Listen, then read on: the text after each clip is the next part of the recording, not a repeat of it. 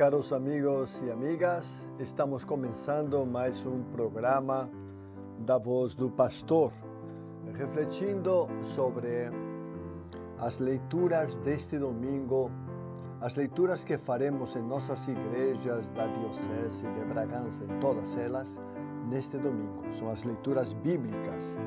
Na primeira leitura, que será sobre o livro dos Atos dos Apóstolos, a segunda sobre a primeira carta de São Paulo aos Coríntios e certamente a terceira, que será o Evangelho. As três leituras certamente nos falam de um fenômeno extraordinário que aconteceu com aquela primeira comunidade de cristãos, os apóstolos e o grupo deles reunidos em comunidade, que foi a presença do Espírito Santo de maneira extraordinária e repentina. O Espírito Santo se faz presente naquela comunidade e realiza nas pessoas que se encontravam na casa, realiza diversos fenômenos extraordinários, como falar em línguas e outros fenômenos. Pois bem, vamos ouvir então, começando a nossa reflexão, e começamos pela primeira leitura, que é do livro dos Atos dos Apóstolos. Escutemos com atenção. Quando chegou o dia de Pentecostes, os discípulos estavam todos reunidos no mesmo lugar.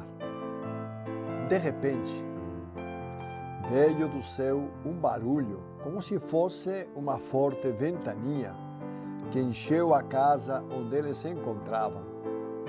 Então, apareceram línguas como de fogo, que se repartiram e pousaram sobre cada um deles. Todos ficaram cheios do Espírito Santo e começaram a falar em suas línguas, conforme o Espírito os inspirava. Moravam em Jerusalém judeus devotos de todas as nações do mundo. Quando ouviram o barulho, juntou-se a multidão e todos ficaram confusos, pois cada um ouvia os discípulos falar em sua própria língua. Cheios de espanto e admiração, diziam: esses homens que estão falando não são os galileus? Como é que nós os ouvimos na nossa própria língua? Nós que somos partos, medos e elamitas, habitantes da Mesopotâmia, da Judeia e da Capadócia, do Ponto e da Ásia, da Frígia, da Panfilha, do Egito e da parte da Líbia próxima de Cirene. Também romanos que aqui residem, judeus e prosélitos, cretenses e árabes, todos nós os escutamos anunciarem as maravilhas de Deus na nossa própria língua. Palavra do Senhor, graças a Deus. É desta maneira que o Espírito Santo se manifestou naquele primeiro momento ao grupo todo, como digo, não só dos apóstolos, mas também os discípulos, porque além do grupo dos apóstolos, certamente havia um pequeno grupo de discípulos e seguidores de Jesus Cristo.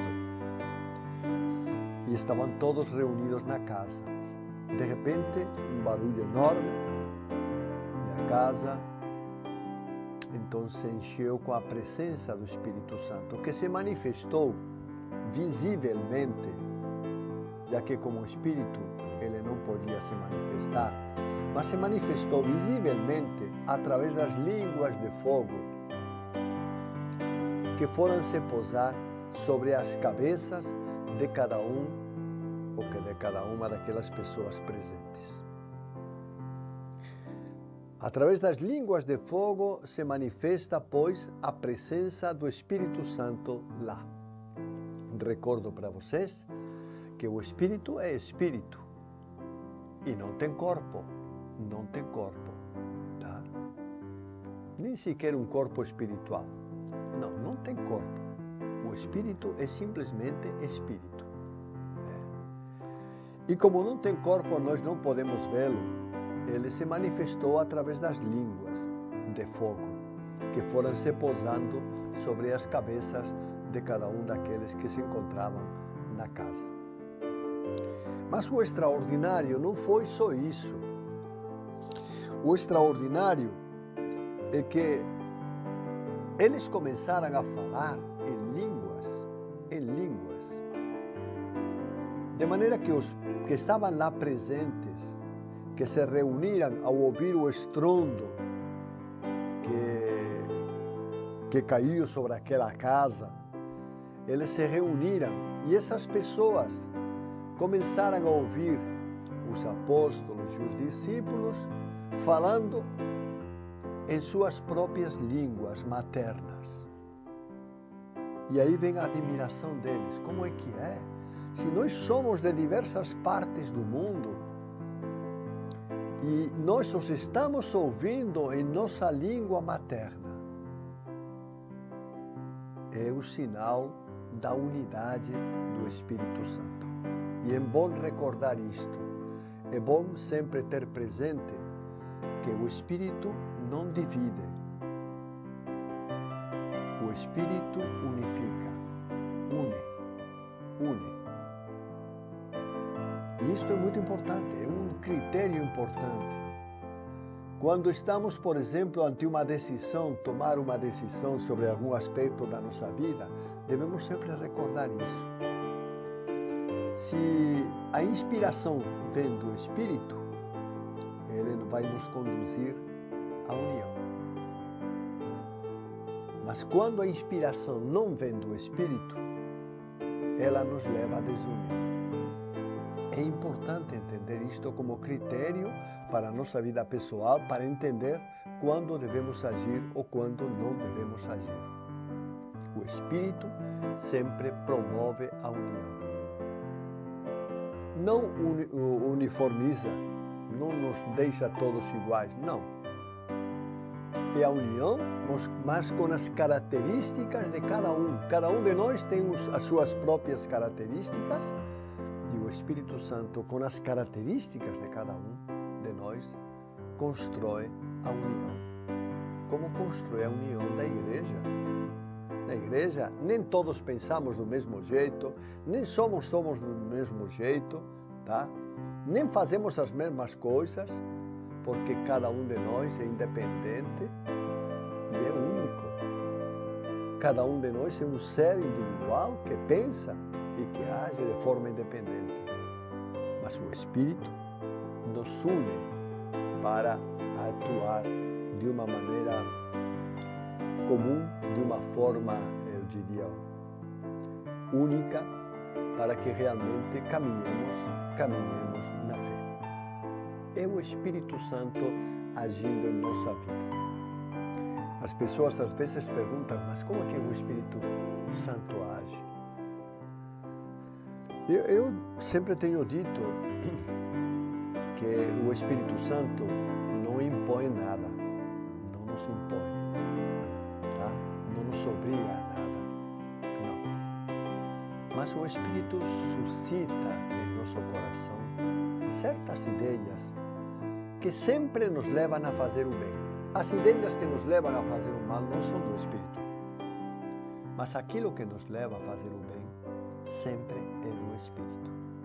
O Espírito age por sugestão, sugere dentro de nós, sugere essas ideias boas para que nós, atuando, realmente cresçamos em santidade. Às vezes, é a ideia de ajudar uma pessoa que é pobre, carente. A ideia de ajudar alguém que está passando dificuldades. A ideia de levar um prato de comida para que não tenha o que comer, o que se levar à boca. A ideia, muitas vezes, de fazer o bem às pessoas. São sugestões do Espírito Santo dentro do nosso coração. É lá que nós vamos sentir essas sugestões que o Espírito faz em nossa vida. É assim que o Espírito atua.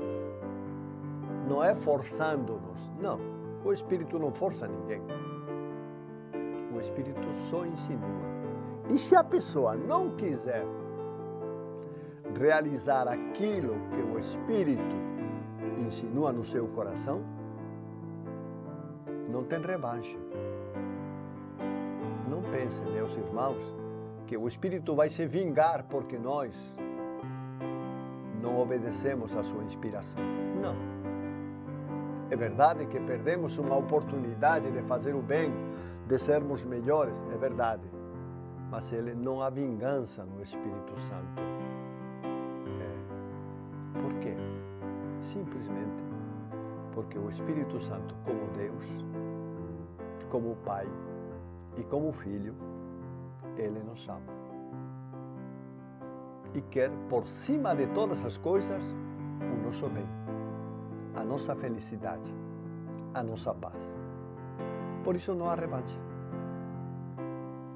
Cada um de nós é livre de atender os apelos do Espírito Santo. Cada um de nós é livre. Podem atender, cada um pode atender como quiser. Mas, em definitiva, quando atendemos o apelo do Espírito Santo, podemos ter a certeza de que a paz vai chegar à nossa vida e que vamos viver em paz e com alegria, porque seguimos as inspirações do Espírito Santo. No dia de Pentecostes, a coisa foi, eu diria que de uma maneira estrondosa, porque o Espírito se manifestou com tanta força que as pessoas se sentiram impulsadas a falar em línguas. Embora não conhecendo as línguas, eles falavam, inspirados pelo Espírito Santo. Era o Espírito Santo que colocava as palavras certas na boca deles. Era o Espírito Santo que estava realmente provocando aquela efusão e aquele momento explosivo da sua força, da sua manifestação. O Espírito Santo. O Espírito Santo. Pois bem, este Espírito Santo que se manifestou em Pentecostes, este Espírito Santo, hoje também se manifesta.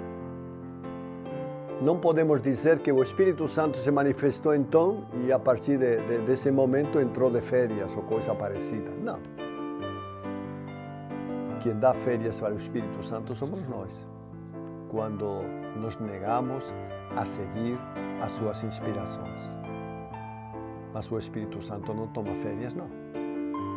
Ele está sempre presente em nossa vida. E é o que São Paulo, na segunda leitura, vai dizer para nós, tá? Que ele é um verdadeiro motor da unidade na igreja, a unidade entre os cristãos, a unidade entre os seres humanos.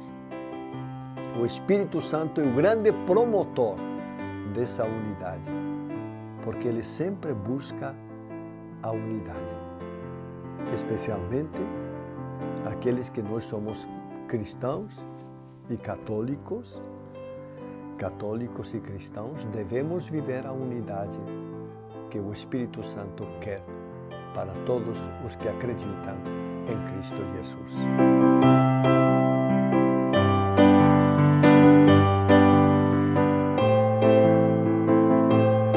Bom, minha gente, vamos então agora ouvir um pouco sobre a segunda leitura. Trata-se de São Paulo, que está falando aos coríntios e que recorda aos irmãos de Corinto, da cidade de Corinto, que tudo vem por obra e graça do Espírito Santo. Que o Espírito Santo é o grande motor da unidade dentro da igreja, tá? E que nós não poderíamos nem sequer chamar Jesus de Senhor se não fosse no Espírito Santo. É isso que ele nos diz. Vamos escutar então com atenção esta segunda leitura. Diz assim: leitura da primeira carta de São Paulo aos Coríntios. Irmãos, ninguém pode dizer Jesus é Senhor, é o Senhor, a não ser no Espírito Santo.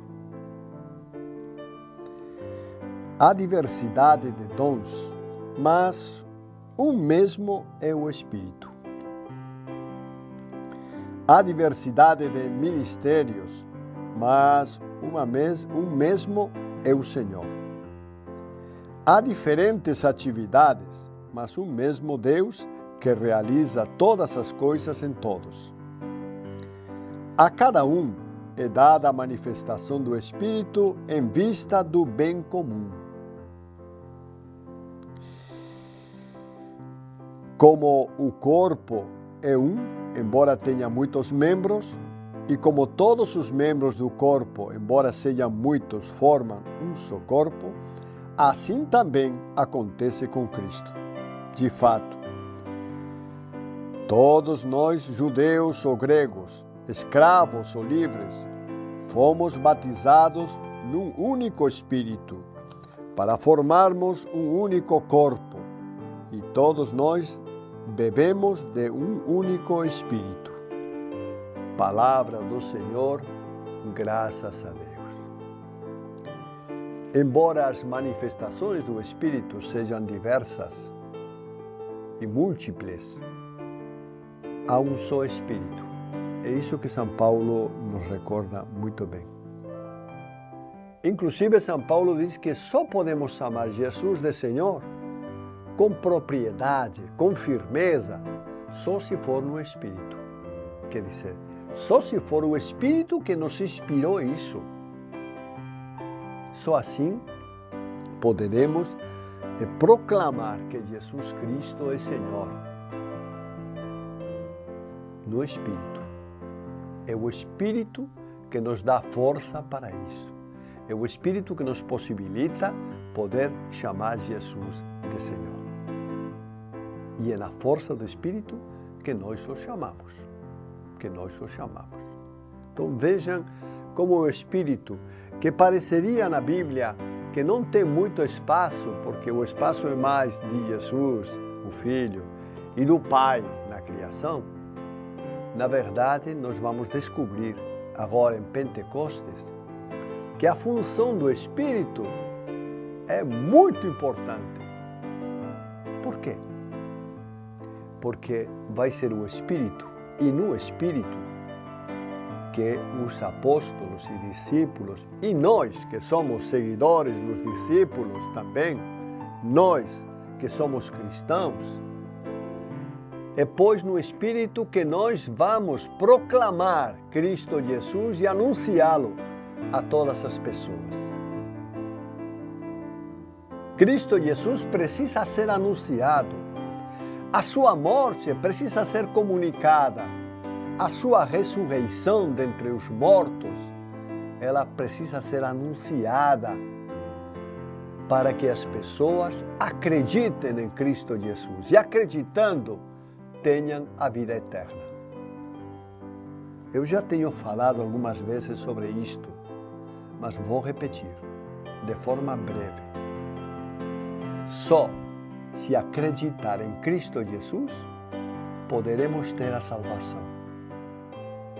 Quem não acredita em Cristo Jesus, não se salva. Isto que parece uma coisa muito simples, mas na verdade é de uma profundidade imensa. É preciso acreditar. Acreditar que Jesus é nosso Senhor. Acreditar no Espírito Santo, acreditar no Pai, Criador de todas as coisas. É preciso acreditar que Jesus morreu e ressuscitou. E esta fé, este acreditar, é o que garante a nossa salvação. Sem fé,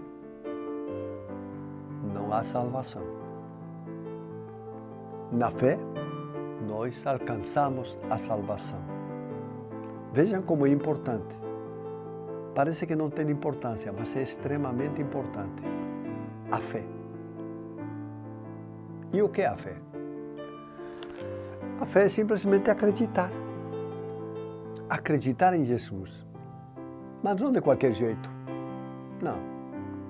acreditar que Jesus é Deus e que com o Pai e o Espírito Santo formam a Santíssima Trindade. Esse é o miolo da nossa fé. Cremos no Pai, cremos no Filho e cremos no Espírito Santo. Cada uma das três pessoas diferentes, mas profundamente unidas.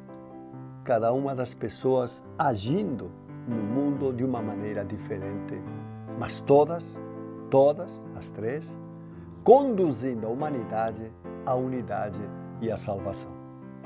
Esse é o projeto de Deus para nós, para toda a humanidade. Na verdade, Deus não quer que a humanidade se condene. Deus quer que a humanidade se salve. Deus quer reunir no céu toda a humanidade, todos os seres humanos. Mas isso vai depender de cada um de nós. Isso vai depender de mim, de você, meu irmão, minha irmã, de nós. Vai depender de nós. Mas esse é o projeto de Deus. Porque Deus, o Pai, enviou o seu Filho ao mundo para morrer? Não foi para morrer. Foi para nos salvar através da morte, mas foi para nos salvar. O projeto dele não é de morte, é de salvação. É de salvação. Embora nós glorifiquemos a morte de Jesus porque ele morreu por nós, mas o projeto de Deus é de salvação de toda a humanidade.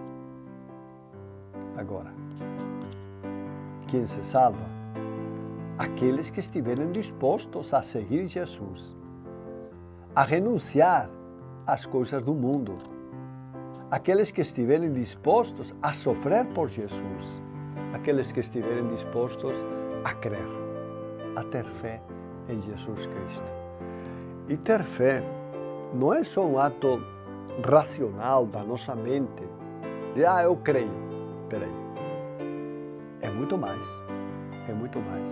É um ato também do coração.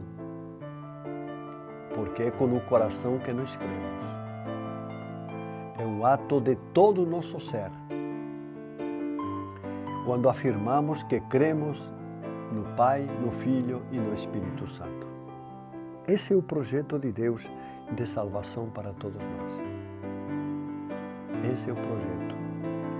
E que São Paulo recolhe na carta aos Coríntios, dizendo que sem o Espírito Santo nós não vamos avançar na salvação.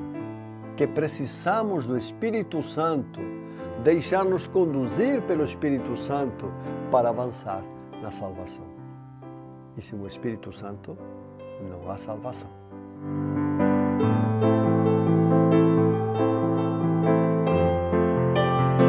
Meus irmãos, vamos continuar então agora lendo o Evangelho deste domingo, que também nos fala, o Evangelho também nos fala do que aconteceu naquele dia com as palavras de João. O Evangelho é de São João. Diz assim: ao anoitecer daquele dia, o primeiro da semana, estando fechadas por medo dos judeus as portas do lugar onde os discípulos se encontravam, Jesus entrou e, pondo-se no meio deles, disse: a paz esteja convosco. Depois destas palavras, mostrou-lhes as mãos e o lado. Então os discípulos se alegraram por verem o Senhor. Novamente Jesus disse: a paz esteja convosco. Como o Pai me enviou, também eu vos envio. E depois de ter dito isso, soprou sobre eles e disse: recebei o Espírito Santo. A quem perdoardes os pecados, eles lhes serão perdoados. A quem não os perdoardes, eles lhes serão retidos. Palavra da salvação. Glória a vós, Senhor. O texto de João nos descreve, pois,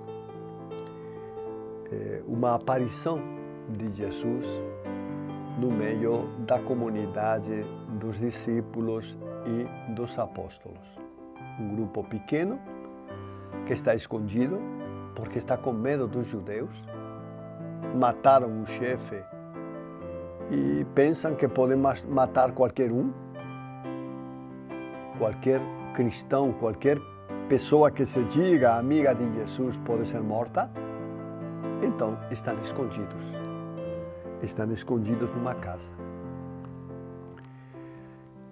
E de repente, mesmo estando portas e janelas fechadas, Jesus entra naquela casa. E é interessante a saudação de Jesus. Por 2 vezes Jesus diz: a paz esteja convosco. Como se realmente, da primeira vez que falou, eles não tivessem reagido ou demorassem em reagir, ficando admirados pela presença de Jesus. Mas o importante é que, por que se aparece Jesus nesse momento? Se aparece porque Jesus quer que, a partir desse momento, os seus apóstolos e discípulos estejam atentos a uma missão que devem cumprir. Eles têm uma missão. Tá? Como o Pai me enviou, também eu vos envio. Jesus está enviando.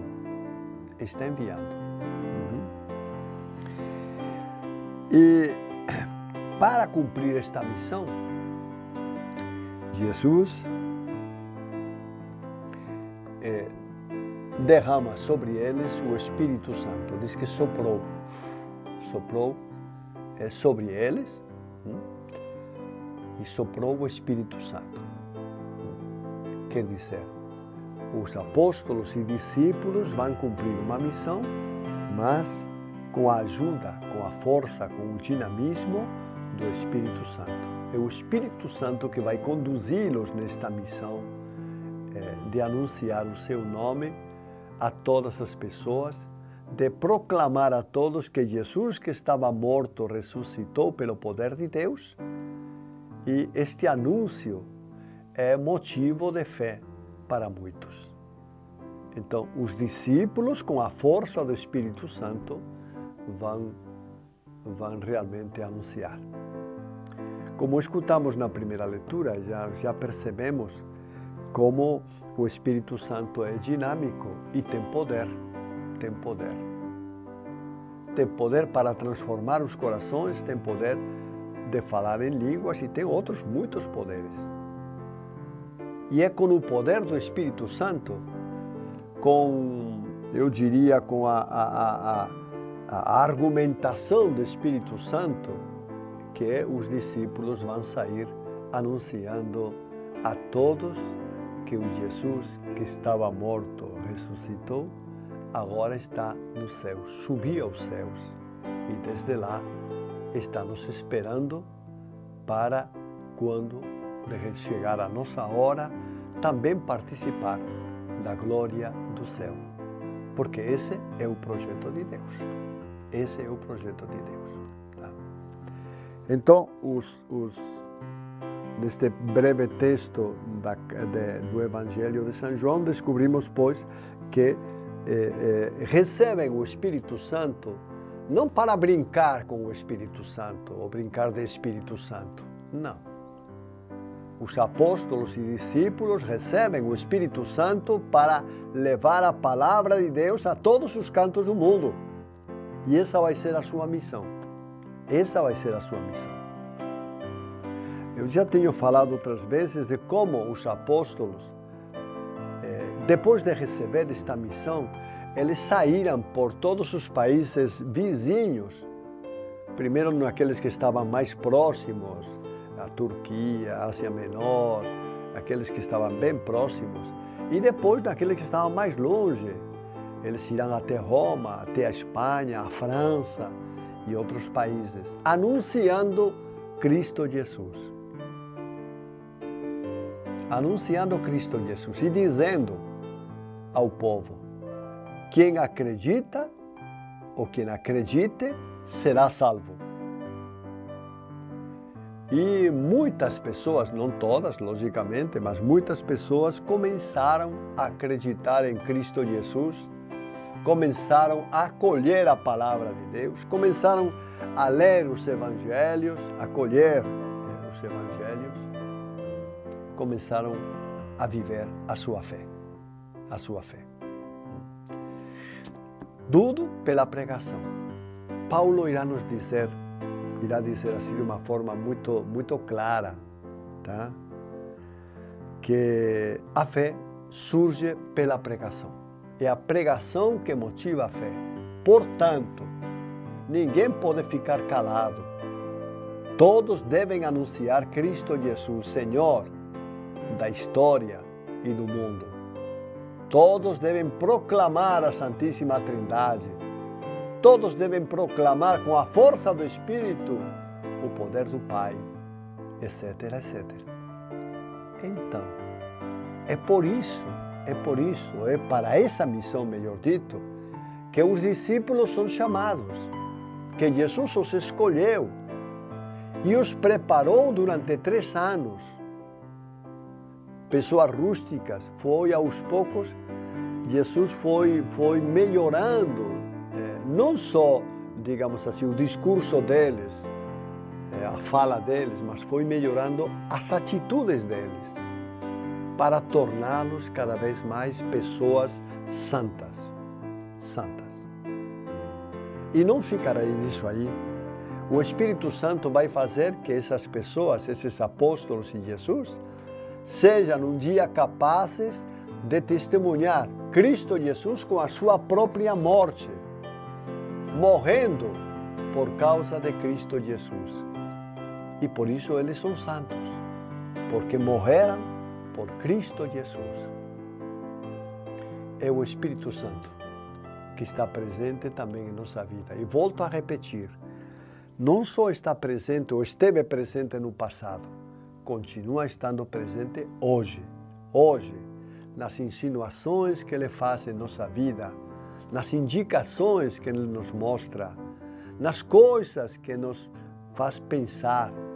Em tudo isso está o Espírito Santo movendo-nos para o bem, para fazer o bem, para construir o reino de Deus. Esse é o Espírito Santo.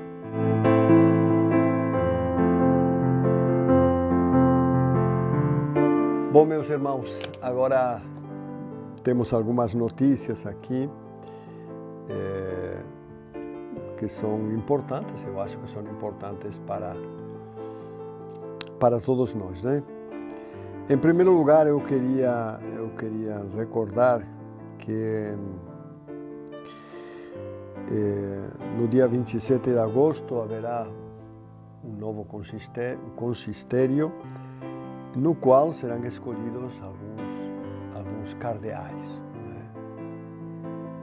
E nós temos entre os cardeais, um que vai ser escolhido é Dom Leonardo Ulrich Steiner, que é arcebispo de Manaus, e que recentemente esteve por aqui conosco.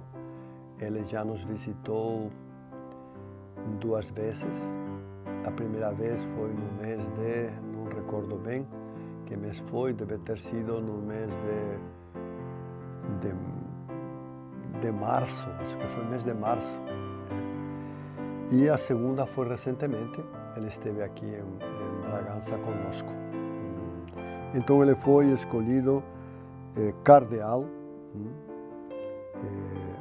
da Igreja Católica, cardeal, Dom Leonardo Ulrich Steiner. Outro que também foi escolhido foi Dom Paulo César Costa, que é arcebispo de Brasília. Ele também foi escolhido, vai ser escolhido, né? Dia 27 de agosto, vai ser escolhido também como cardeal da Igreja Católica.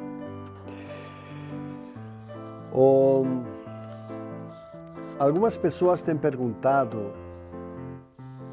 por que nós dedicamos mês de junho, ao Sagrado Coração de Jesus. No mês de junho, efetivamente, os fiéis católicos são convidados a orar e a venerar, honrar, imitar o amor fiel de Cristo a todos os seus discípulos, a todos nós. Tá? Quer dizer, assim como Cristo nos amou, Jesus também quer que nós amemos uns aos outros. Esse é o fundamento desta festa do Sagrado Coração de Jesus. Apesar de já existir durante algum tempo, já anteriormente, esta devoção ganhou, digamos assim, intensidade em 16 de junho de 1675, quando Nosso Senhor apareceu a Santa Margarida Maria Alacoque, demonstrando seu coração rodeado por chamas de amor, coroado por espinhos, com uma cruz e uma ferida aberta da qual brotava sangue. Tá? É assim, dessa maneira, que Jesus mostrou o seu coração a Santa Margarida Maria Alacoque, tá? numa visão extraordinária. Disse: eis o coração que tanto amou os homens, e nada poupou até esgotar-se e consumir-se para testemunhar-lhes o seu amor. Em reconhecimento da maior parte, só recebo ingratidões, e suas irreverências e sacrilégios pelas friegas e os desprezos que eles têm por mim nesse sacramento de amor, disse Nossa Senhora à Santa. Disse Nosso Senhor à Santa. Então, é por esse motivo, já que nós celebramos também no mês de junho a festa de Santa Maria Margarida Alacoque, então, por esse motivo também, então celebramos como símbolo, como motivo e símbolo da festa, celebramos, pois, estas festas do Sagrado Coração de Jesus, que tem surgido em muitos lugares e que tem se espalhado também por muitas paróquias. No fundo, o que Deus realmente nos pede é que sejamos gratos. E há uma coisa assim muito séria, que é a ingratidão. A ingratidão é uma coisa muito, muito séria, porque nos mostra que as pessoas ingratas não reconhecem o que outros fazem, não reconhecem. E a ingratidão dói muito. E é isso que o Sagrado Coração de Jesus sente por nós quando nós não queremos ouvir a sua palavra, quando nós não queremos obedecer às suas inspirações. Uma outra coisa que eu queria também comunicar, que é nesta semana, eu e Dom Posidônio estaremos viajando para Santarém. Em Santarém estará acontecendo a partir de segunda-feira o encontro dos bispos com motivo dos 50 anos do documento chamado assim, popularmente chamado Documento de Santarém. É um documento escrito pelos bispos daquela época, 50 anos atrás, no qual já se falava das comunidades, já se falava da pastoral em geral, já se falavam de diversas coisas que depois foram surgindo na igreja. Então, a organização da igreja na Amazônia, que estava naquele momento começando, tem muito a dever a este documento de Santarém. Por isso, estaremos celebrando esses 50 anos de Santarém com muita alegria durante 3 dias em Santarém, na cidade onde foi realizado o primeiro encontro dos bispos da Amazônia. Se Deus quiser, estaremos lá. E por último, lembrar também uma coisa curiosa, né? Eu estava lendo que recentemente foi um manuscrito do padre Antônio Vieira foi encontrado após 300 anos desaparecido. Tá? É um documento importante, é um escrito importante do padre Antônio Vieira, primeiro porque estava desaparecido, né? E depois porque ele também, nos seus discursos, nos seus sermões, ele realmente era uma pessoa sábia, e os seus discursos e sermões trouxeram para o Brasil também uma certa, eu diria, uma certa esperança. O padre Antônio Vieira, que viveu há mais de 300 anos, é, por assim dizer, um dos pilares da fundação do Brasil, um dos pilares, com os seus escritos, com a sua pessoa, ele realmente ajudou a configurar o nosso país. Embora naquele tempo ainda o nosso Brasil não era independente, mas não há dúvida que tudo isso contribuiu de forma extraordinária para a independência do Brasil. E nada mais, minha gente, por hoje terminamos e desejo, pois, que este fim de semana seja bom para todos. E eu desejo que o Espírito Santo realmente nos inflame no desejo de amar cada vez mais o Sagrado Coração de Jesus, no desejo de agir cada vez mais segundo as suas inspirações, no desejo de sermos cada vez melhores. Que a paz de Cristo esteja com todos vocês e sempre vos acompanhe. Amém.